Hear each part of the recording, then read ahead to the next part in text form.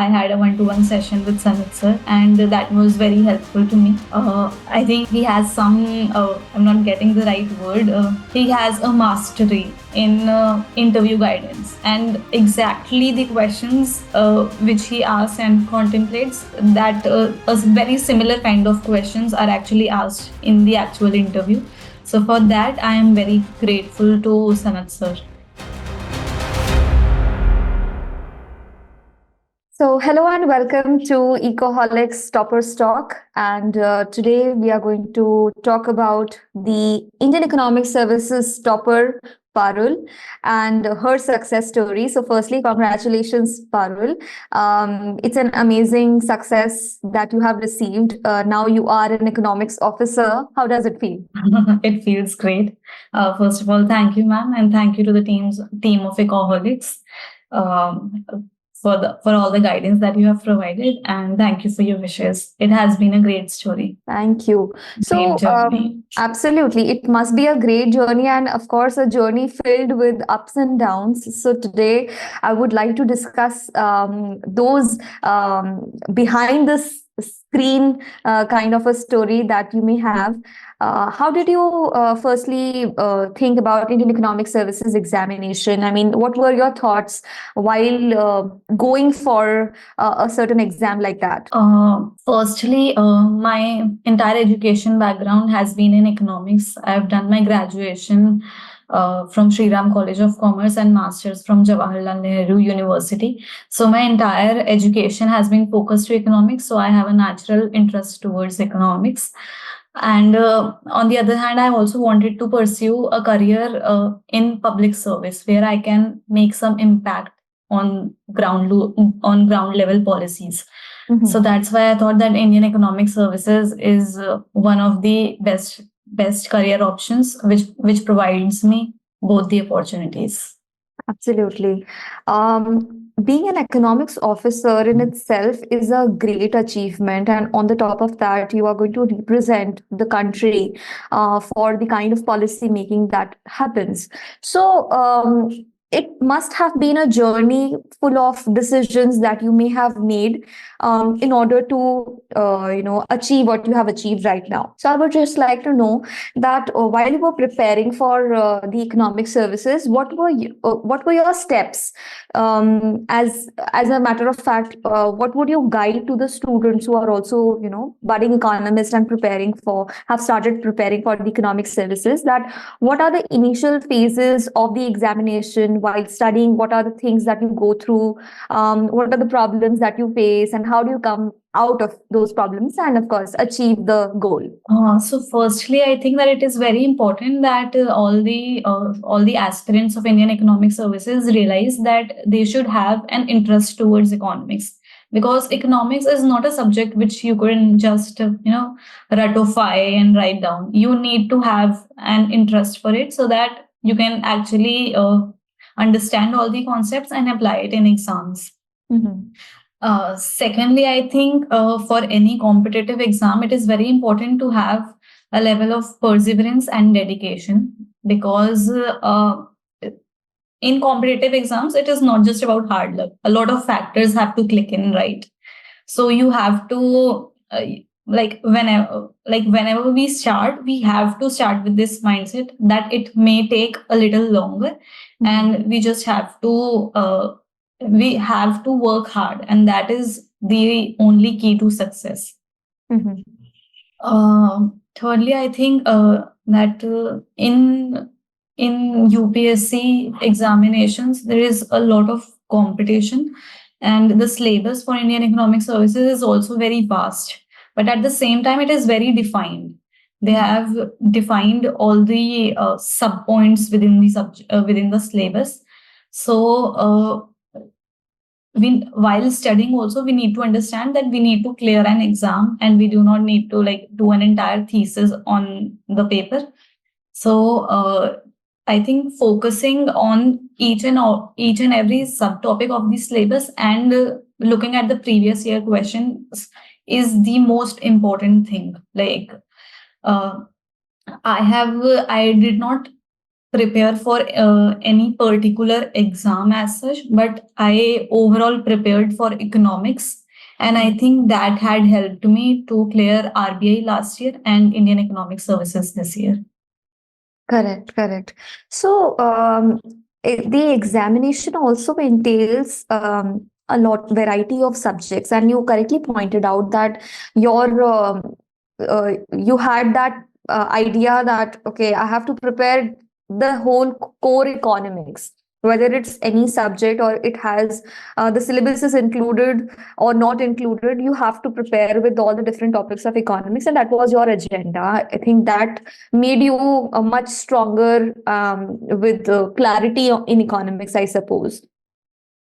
If for the matter of retelling the whole story of your preparation for the written part, how did you manage your time? I mean, what was the number of hours that you really gave for the preparation of different subjects, and what was the role played by answer writing practice in the whole preparation?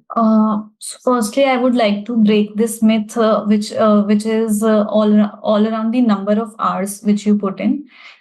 Because personally, my story, I have not had any particular gap year as such. So throughout, I was doing something. So after my graduation, I had my post graduation. Then last year, I joined RBI. So I have not had a gap year. And then this year, Indian Economic Services happened, which I'm very delighted with. So, because in the past year I was working throughout, and also because it was a new job, then there were also trainings going on, and to get accommodated to the new work environment and a new city, so it was very hectic. But I realized that it is never about the number of hours. When I was studying at home also full time, then also it was always about, even if I would study, like sit down for 10 hours, but at the end, the outcome is only for about 4 hours. I want to say that while working also, I made sure that on a daily basis, I put in 3-4 hours, and on weekends, 10-12 hours. 10, I would say 12 is not sustainable in a long run. So that is sufficient, but one needs to make sure that while you are studying, there are no other distractions. Because after office, when I used to study, I used to switch off my phone or just keep it on silent and keep it in the other room. It was never like the notifications are coming while I'm studying. Yeah. So that is very important. Otherwise, even if like when it never happens that at all times you feel like studying, there are always days when I keep my phone here and I'm trying to study, and then I'm sitting for 10 hours, but the output is not proportionate. So it is always about how productive you are. That I personally believe.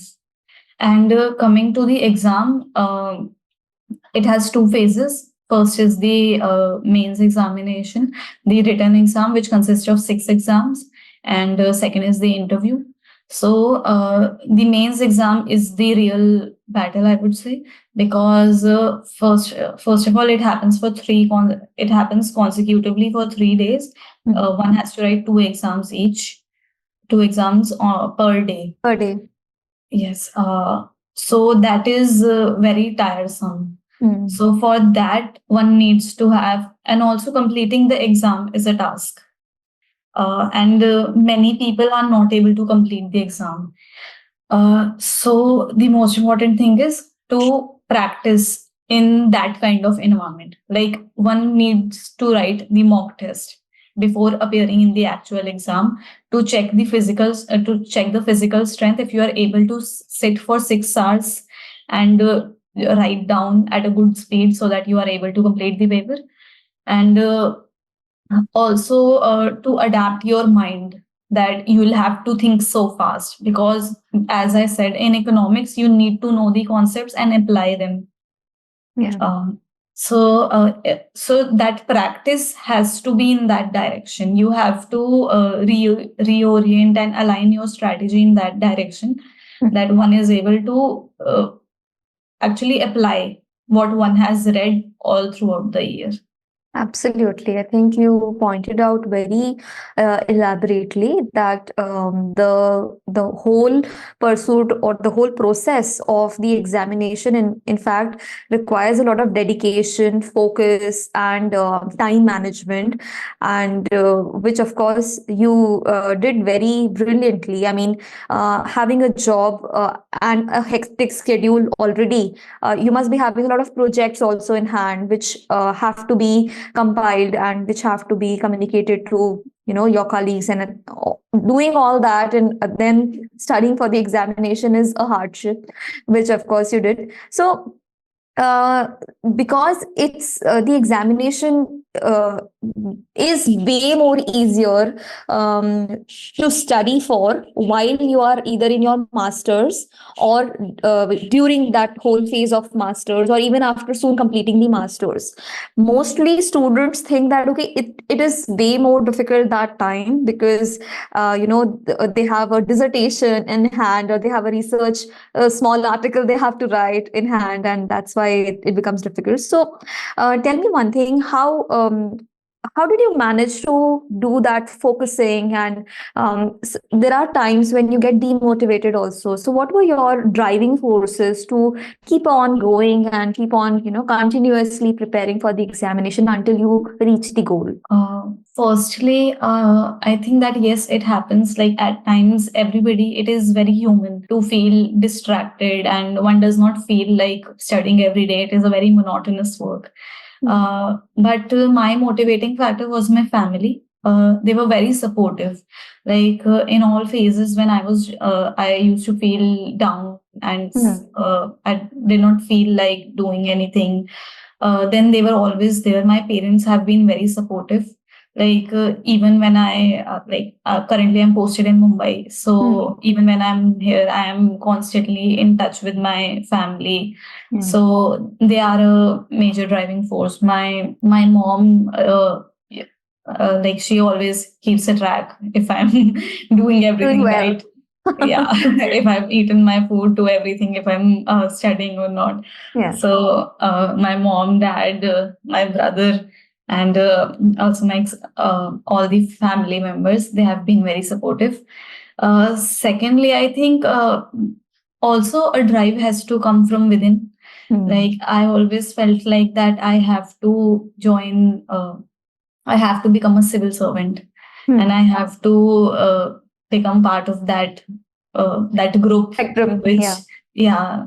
which is very fascinating. Like so I think that drive has to come from within. Motivation is not something which is, I truly believe that motivation, there's no such thing as motivation. It is only a moment of, it is only a very momentary, motivation is very momentary, it will fade away. So what you need is constant support, which I got from my family members. And secondly, you have to have a set of, you need to have a discipline and routine. Like all through past few years, I've had a very constant routine, and maybe that is the thing that helped me. Correct. Obviously, that definitely would have helped. Firstly, guidance, and whether it's from your mentors or from your parents, that kind of discipline that they are resonating with, all that energy definitely would have been rewarding to you and made you reach where you have reached today. Looking forward to the next step, which is your new journey as a policy maker. Where do you find yourself right now? What are your aspirations, and what are you, seeking to become in the next couple of years? I actually, I intend to, I'll be most likely posted in a ministry and would be working on some policy. So I intend to make sure that it is working well, that it is in sync with what aspirations our country has. I think India is doing phenomenal at the moment. And now that I have joined the service, I feel a lot more I feel a lot more responsible that whatever work I do, I make sure that the policies are working right, that the inputs which I am giving for policy framing are in sync with our ideals and values. And even if I can contribute a little bit, which can help India grow and realize its aspirations, then I think I'll be satisfied. That would bring contentment in my life. Oh, we wish you all the very best for all those new opportunities that are going to come your way. I'm sure that you're going to make yourself proud and all of us proud. Your success is not just like, it's not just a matter of hard work, but also a lot of focus, a lot of ambition, and that resonates in what your talk and your words. They're very powerful, and I'm sure that they're going to inspire many others who are aspiring to be young economists to work with policy making and decision making for the country. So we are all very proud of you. All the very best for your future endeavors. Concludingly, anything that you would like to give us a suggestion on, or anything that you would like to tell us as a matter of how we Ecoholics helped you in your journey? What little did we do in your journey, and any suggestions as well for us? I've been in touch with Ecoholics for a while now. Last year also, during my RBI Grade B interview, I had a talk with Sanat sir. Like we had a one-to-one session, and whatever advice he gave me, I actually applied that in the interview, and I sailed through. And for this also, I had a one-to-one session with Sanat sir, and that was very helpful to me. I think he has some sort of I'm not getting the right word. He has a mastery in interview guidance, and exactly the questions which he asks and contemplates, that a very similar kind of questions are actually asked in the actual interview. So for that, I am very grateful to Sanat sir. And it has been a great journey. Like here also, currently also, I am really enjoying my job, but also looking forward to it. Absolutely. So for that, I think I want to thank Ecoholics. Thank you so much. Team Ecoholics is just basking in the glory of your success. It's ultimately you who has achieved your goal, and the rewards, whether it was the RBI Grade B DPER previously or Indian Economic Services, it's your own achievement and your own hard work and a lot of discipline. So a hearty congratulations to you once again, and make all of us proud in all your future endeavors. All the best. Thank you, ma'am. But also, I would like to add, this is not just mine. This is the effort of a lot of people, especially my parents, my bade papa, my dadu, and all my family members, my brother. Yes. All my family members, my mentors, and also very, very good friends which I found here. So it is an effort of all, and I think it would be it would not be right for me to say that it is just me. There are a lot of people, and I know this because it has been a very amazing journey, and I know how much people have contributed in it. So I would say it is an effort of all the people. Absolutely. I second your thought that the ones who have walked the path are equal to the ones who have shown the path.